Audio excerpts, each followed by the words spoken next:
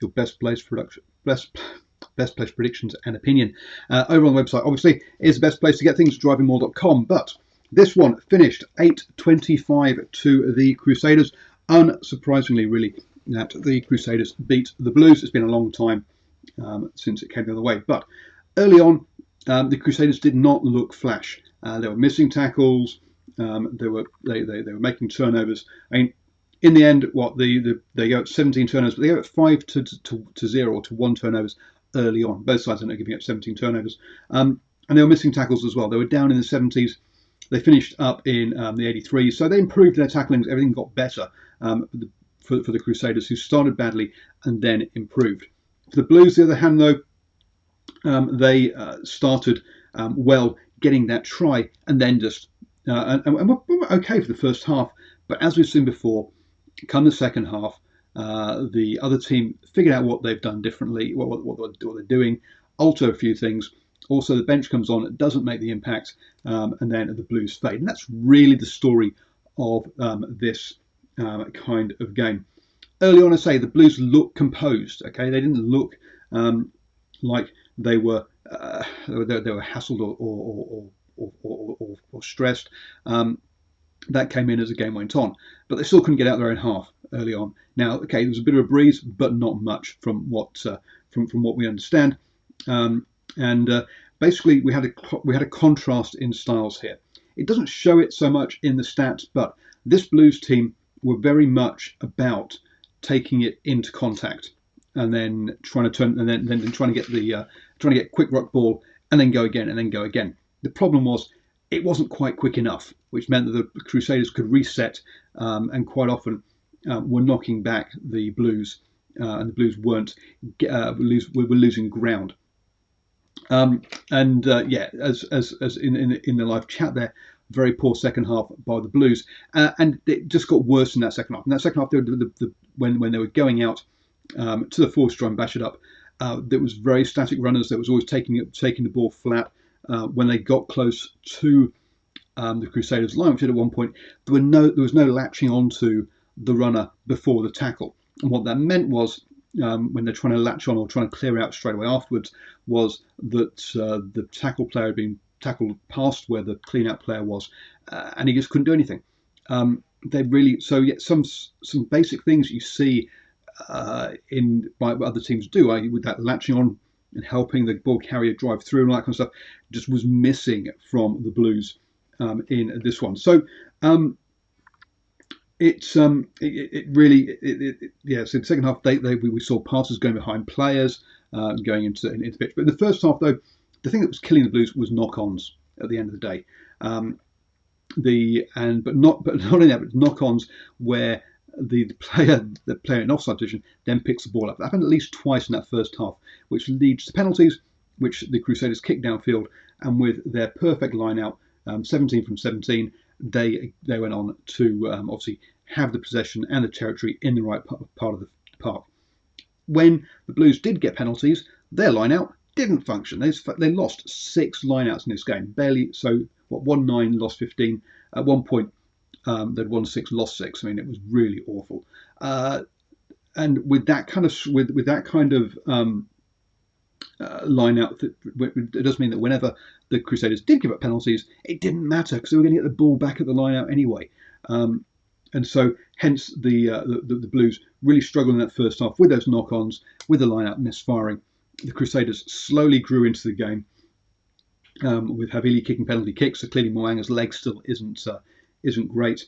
The big difference. I talked earlier about the Blues taking it into contact, trying to get that quick ruck ball.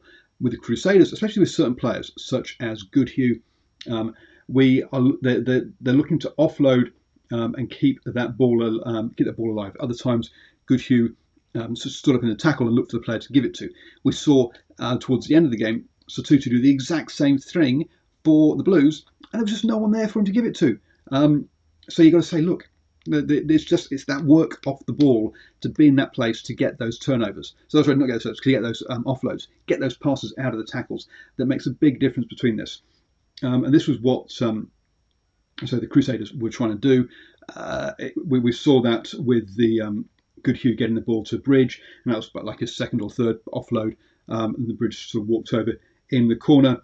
A scrum penalty, and yeah, it was only 5-11 at half time with the Blues. I say, not playing particularly badly. We've got those knock-ons, and we got those line-outs, but apart from that, okay. Havili did try a 61-metre penalty once the buzzer had gone at half time, but it was nowhere near. Yeah, sorry, Geordie did it the other day. You weren't anywhere near, mate, this time. Come the second half, Plummer came on as a tactical solution to play 10 and move Perifetta to 15. It didn't work. We saw Plummer passing the ball behind players. We saw him missing touch. We saw him kicking the ball dead off penalties. Yeah, he did not have a good game. In contrast, so yeah, I mean they knocked over the penalty early in that second half to get themselves within 3, but straight after that, Mo'unga sees a gap and just goes straight through it. Sees that he's up against Carl Tuangakafi, who's great at what he does. What he doesn't do, what he is, unfortunately though, because he's very big, to do those good things, he doesn't have the mobility against someone like Mo'unga, who just danced around him and went in to score. Suddenly, it's 8:18. I must admit, I then had to go and put my girls to bed, so I missed the Good Hugh try that took it up to 8:25. And at the hour mark, in that 20 minutes after half time, possession and territory. Possession 30% and 70%, and 32% to 68%. The Crusaders really dominated that 20 minutes. We can't blame it on the Blues bench, because they don't come on by then. Yeah, sure, there was one or two. There was an injury replacement in the first half, and Plummer had come on for Duffy. But that 20 minutes, the Crusaders had figured out what the Blues were doing, and just took the game away from them in that 20 minutes. Suddenly it's 8:25, and yeah, the Blues were never coming back from that. Sure, in the last 20, they had lots of ball, they had lots of chances, but again, lack of execution, a line-out misfiring, not latching. Also obviously the Crusaders giving up penalties in their own half rather than giving up 5s or 7s, and the Blues needing 5s and 7s, and they weren't getting yellow carded for it. Yeah, well, hey, we know that happens. And the Blues 13 penalties, the Crusaders 14, and both of them could easily picked up yellow cards in this game for repeat infringements. Let's be honest. But unlike early in the first half, where the Crusaders were turning the ball over and making, were particularly missing tackles, their defence had shored up, and it wasn't a problem there.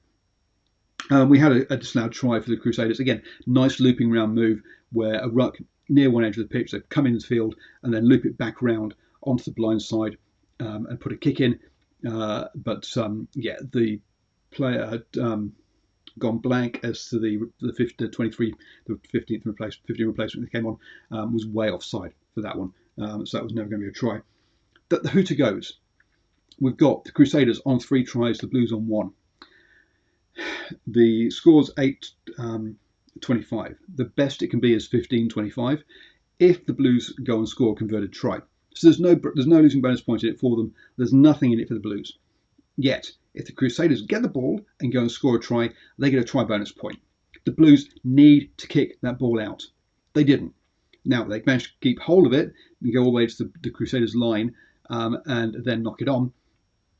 But they should have kicked it out around the halfway line as soon as that hooter went. Stop the Crusaders having any chance of getting that losing bonus point, because that could count later on. It won't for the Blues, let's be honest, because they're not going to win enough games.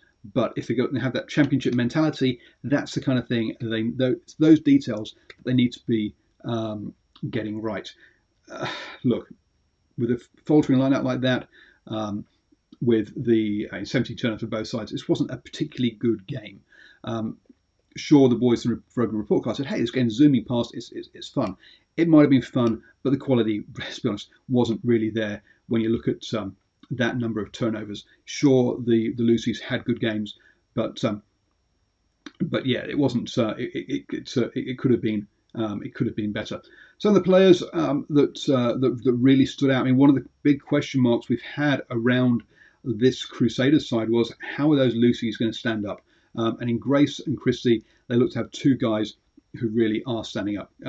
Christie, 21 tackles, Grace, 16. He did miss 4, but hey, he made 16. So big work rates by both of those. Good games by them. They both turn the ball over a bit when they were carrying with it, but they're there for their defensive work. Them, along with Braden Enor, the outside centre, were the 3 players who got into double figures tackling, and that's really what Grace and Christie are there for. And boy, did they do it over. And then you obviously got your Good Hughes, your Bridges, your Havilis, your Reeses. Actually, Reese needs to get rid of that aggro a bit.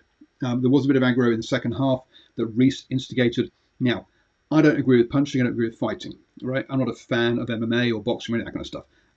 But one of the things we've had, because the fighting and punching has been taken out of the game and that enforcer role's gone in rugby, is that the little guys like Reese, like some of the scrum halves, will do the aggro and try and wind up forwards. Mate, back in the old days, you wouldn't do that because you'd be laid out. So yeah, it's we need to get rid of this aggro. There's no need for it in the game. Some good players on the Blues side. Tony Robinson came on and had a much longer game than expected. 10 tackles, got through a chunk of work. It's good to see him back after that injury last season. Let's hopefully he can cement his place in the side. It's going to be difficult with this Blues back row, but he came in as a lock to replace. Where's he gone? Goodhue, who got that early injury. So 2-2, another really good game. People are kind of going, why is Kiriwani not being picked? Well, this is why. This kid is playing well. He kept Kiriwani out the Auckland side at the end of the Mitre 10 Cup. He's got his head screwed on, and yeah, big player, lots of carries. Had a big game today, attacking 14 carries, 56 meters. So if you look at no one else carried the ball more than he did. Patrick Tupelosi got through 13 carries, was the closest one, and then Perifetta with 12. But that, yeah, he gets through a mountain of work carrying the ball. Really good player. Been really impressed with his play. So that's my post-match reaction. Unsurprising win by the Crusaders. Blues yet again. Actually, we did see a difference here in the tactics by the Blues. In the first game up, they were very much playing off 9, passing it out to their forwards, bashing it up.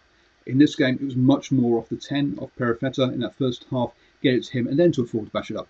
Still, pretty predictable, trying to power game. And whilst you're building your structures, it's not surprising. It's a relatively simple game, which you can get players to do. So what we can see this season is you can see what the players and what the tactics are for the game and what they're trying to do, which is a step in the right direction.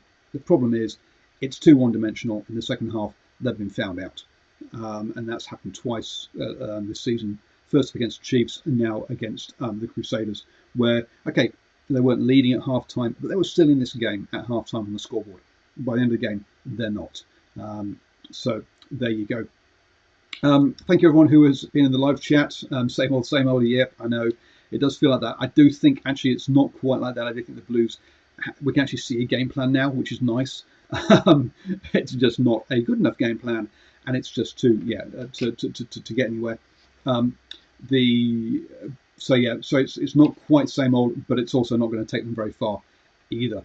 Let's be honest, it's the same old result. Crusaders, look, they're nowhere near their best in this one. They really are not as fluent as they can be. This one was one with defence, with a couple of moments of getting points. Whereas in the past, we've seen them get many more points. They've kept the ball alive much better than they did tonight. Maybe we can. Something part of that is down to the Blues' defence.